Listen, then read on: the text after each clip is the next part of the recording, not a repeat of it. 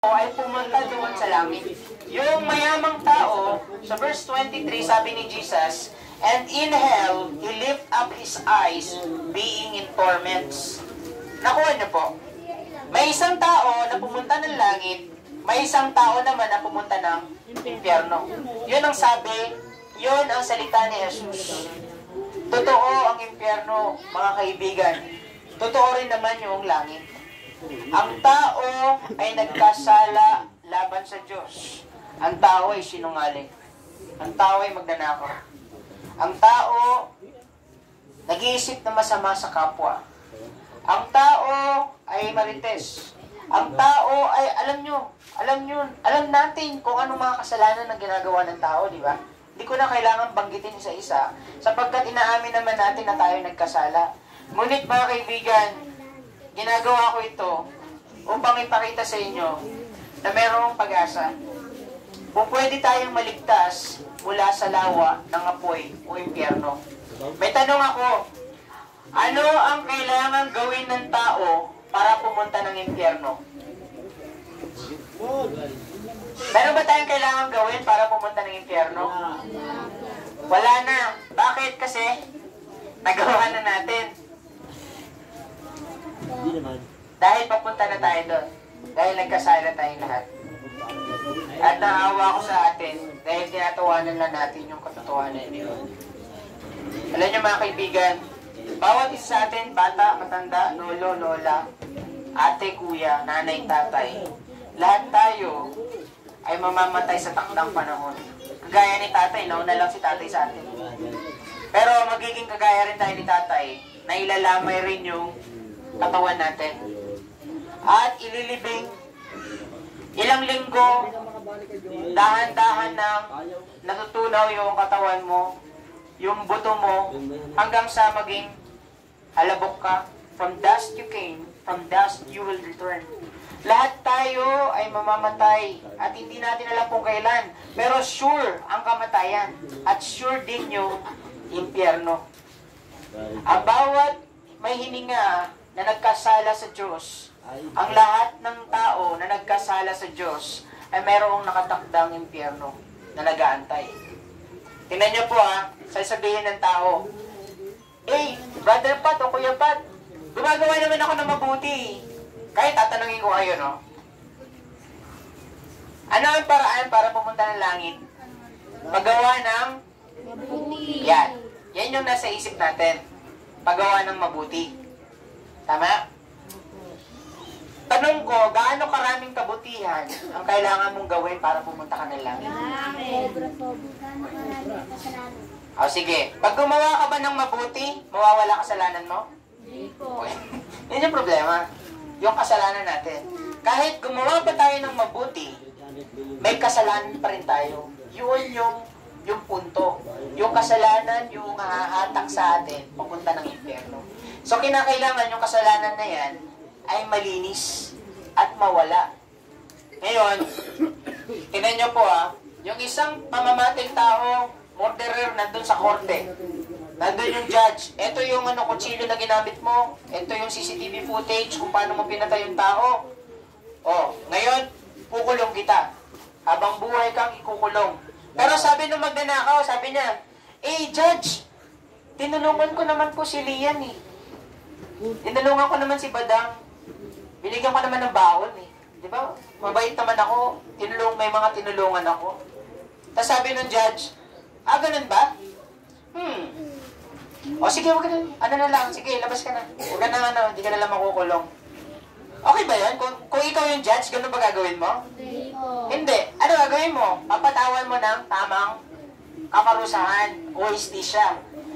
Yung Diyos yung Diyos natin, kung yung judge dito sa mundo ay gagawin na kung ano yung tama, how much more yung Diyos na nasa langit, wala siyang palalampasin ng kahit anong kasalanan sa atin. At perpekto ang kanyang hustisya. Walang under the table. Hindi mo mababayaran ng Diyos sa pamamagitan ng kabutihan mo. Hindi mo mababayaran ng Diyos sa pamamagitan ng salapi, pagsisimba, pagbabasa ng Bible, pagpipray, para lang pumunta ka ng langit. Hindi. hindi mo kailangang paghirapan yung langit. Bakit? Kasi tinapos na ni Jesucristo yung gawain ng pagliligtas doon sa krus ng Kalbaryo. 2,000 years ago, there was a man whose name is Jesus. He lived a righteous life for 33 and a half years. And after that, He was crucified on that cross. Si Jesus, na walang kasalanan, na bugtong na anak ng Diyos, ay bumaba dito sa lupa upang akuin ang kasalanan ng bawat tao. Alam niyo po yan, na si Jesus namatay sa krus ng Kalbaryo upang akuin yung pagkakasala natin.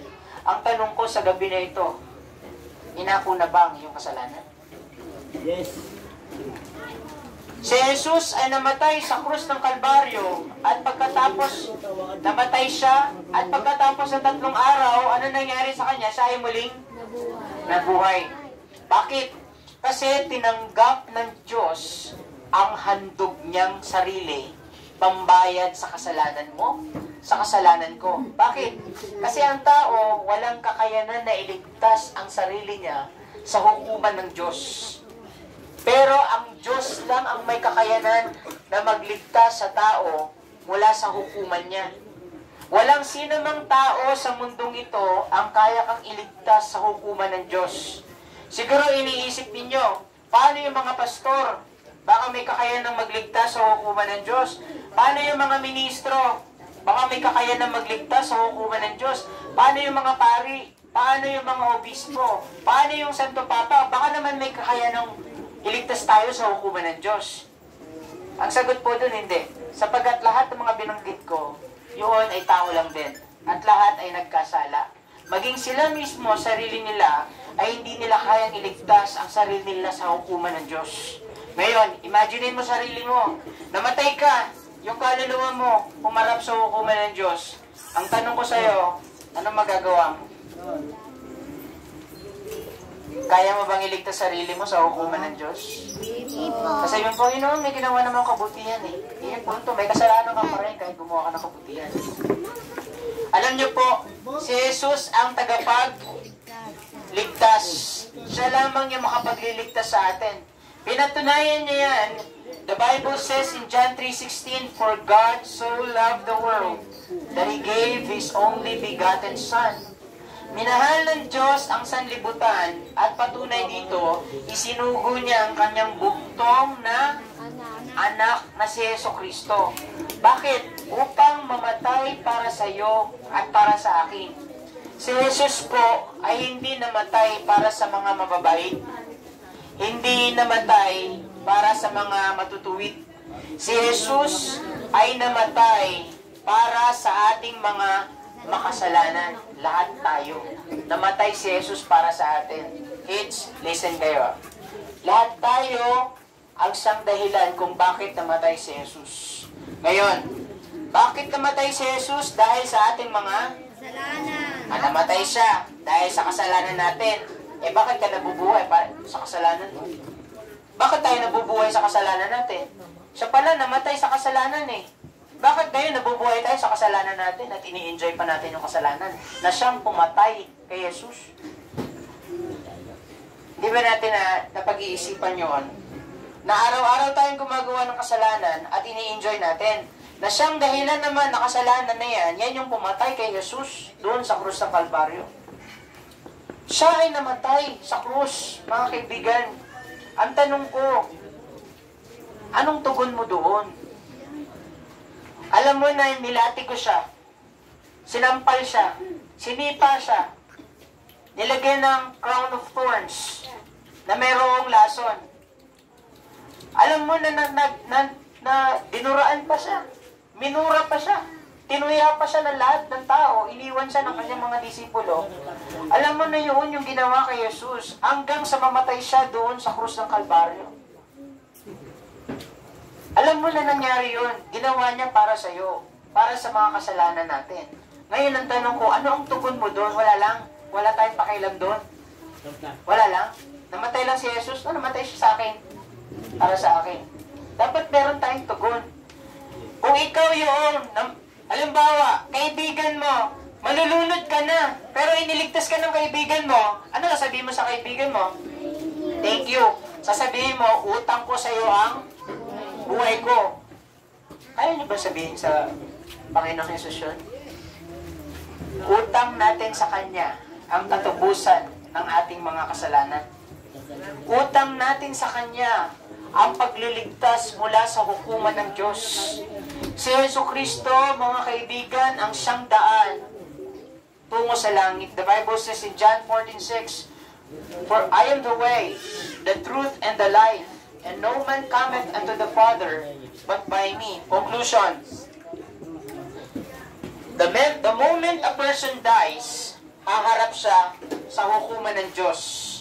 Ngayon, kung ikaw ay nagsisi sa iyong mga kasalanan noong buhay ka pa, ang sabi ni Jesus, He is faithful and just to forgive us from all our sins.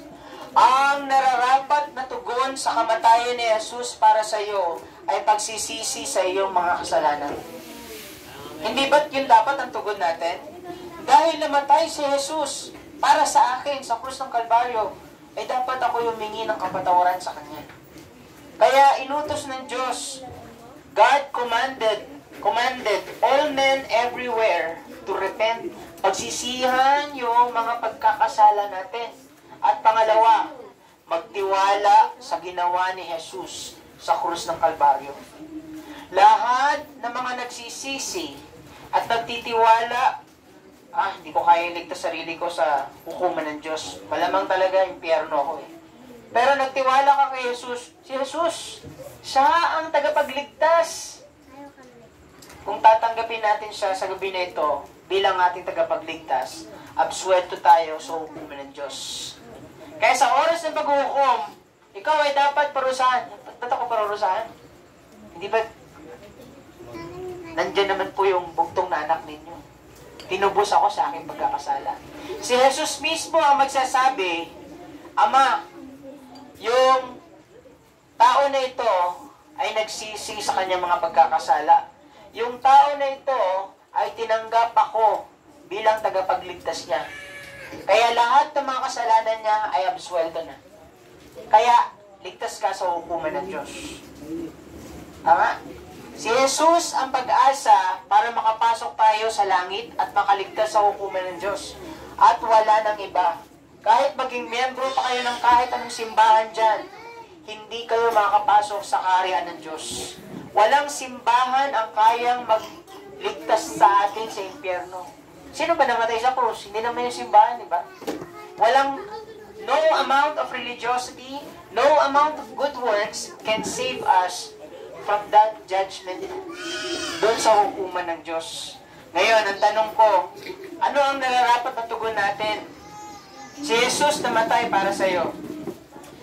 Noong si Jesus ay pinako sa krus, sinabi niya, Father, why hast thou forsaken me? Bakit mo ako pinabayaan, Ama ko, sa langit? Alam niyo, itinakwil ng Diyos Ama ang kanyang anak para lang tanggapin tayo.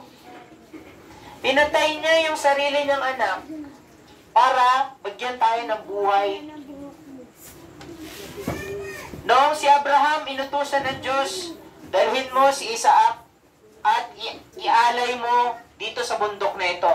Pumunta si Abraham at si Isaac.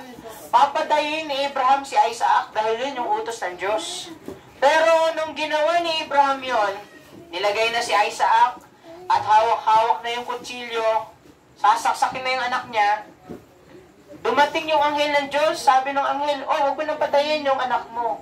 Nakita na ng Diyos yung pananampalataya mo sa Kanya. Nahanda mo siyang sundin. Pero, after years ago, si Jesus Christ nakapako sa krus. Ibinigay ng Diyos Ama upang maging tagapagligtas natin. Hindi niya iniligtas yung anak niya. Ibinigay niya sa atin, binaboy nating mga tao ang kanyang bugtong na anak para magkaroon tayo ng katubusan sa ating mga kasalanan.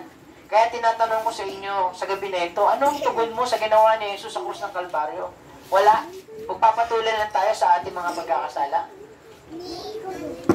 Kapag nagpatuloy tayo sa ating pagkakasala, sinabi ni Jesus, if you believe not that I am He, you shall die in your sins. You will go to hell because of your sins. Kaya sa gabi na ito, ang ipinapahayag sa gabi na ito ng Biblia na si Jesus lamang ang tanging makapagliligtas sa bawat tao. Si Jesus lang ang may kapangyarihan na magpatawad ng kasalanan ng lahat ng tao sapagkat siya ang namatay sa krus. Ang pastor walang kakayanan magpatawad ng kasalanan. Ang ministro walang kakayanan magpatawad ng kasalanan. Ang pari walang kakayanan magpatawad sa kasalanan. Ang obispo, ang Santo Papa walang kakayanan magpatawad ng kasalanan. Bakit? Dahil sila mismo may kasalanan. Si Jesus po ang bugtong na anak ng Diyos, isang Diyos na nagkatawang tao, siya po yung may kakayanan na magpatawad sa kasalanan. Kaya nararapat sa gabi nito, tayo po ay magsisi mga kaibigan. Naniniglod ako sa bawat isa sa inyo. Magsisi po tayo sa ating mga kasalanan. Yan lamang yung paraan para mapatawad tayo sa ating mga kasalanan. Walang kapatawaran kung walang pagsisisi. Pangalawa, kinakailangan kilalanin natin si Jesus bilang ating tagapagligtas. The Bible says, whosoever shall call upon the name of the Lord shall be saved. Maliligtas. Neither is there salvation in any other, for there is none other name under heaven given among men whereby we must be saved. Kundi sa pamamagitan lamang ng pangalan ni Jesus, tayo ay maliligtas. Kaya, mga kaibigan, sa pagtatapos na ito, inaanyayahan ko po ang lahat na tumayo at manalangin po na kasama ko. Hindi po, tayo po ay tumayo at manalangin. Ang panalangin po na ito ay panalangin ng pagsisisi at pagkilala kay Jesus bilang ating tagapagligtas. Kaya, inaanyayahan ko po ang bawat isa na sumunod po sa panalangin ko. Yung panalangin na ito, hindi magliligtas sa inyo. Ang laman ng panalangin na ito na si Jesucristo, siya po yung magliligtas sa atin. Kaya, inaanyayahan po kayo na manalangin kasama ko, sumunod po kayo sa panalangin ko. Bakit? Kasi sabi sa Bible, for with the mouth, ito sa Romans 10:13.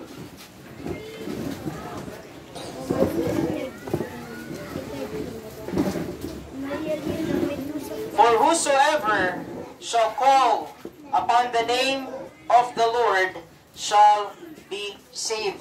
So tayo ay mananalangin gamit yung ating labi. Kayo po ay susunod sa panalangin ko para malaman niyo po yung dapat ninyong panalangin. So ang panalangin na ito ay personal na pagsisisi at pagtanggap, pagkilala kay Jesus bilang ating tagapagligtas. Tayo po ay manalangin at pikit natin ang ating mga mata. Sumunod po kayo sa aking panalangin. Panginoon, ako po ay nagkasala laban sa inyo. Pinagsisisihan ko po ang lahat ng mga kasalanan ko. Patawarin niyo po ako. Salamat, Panginoon. Dahil isinugo mo ang inyong bugtong na anak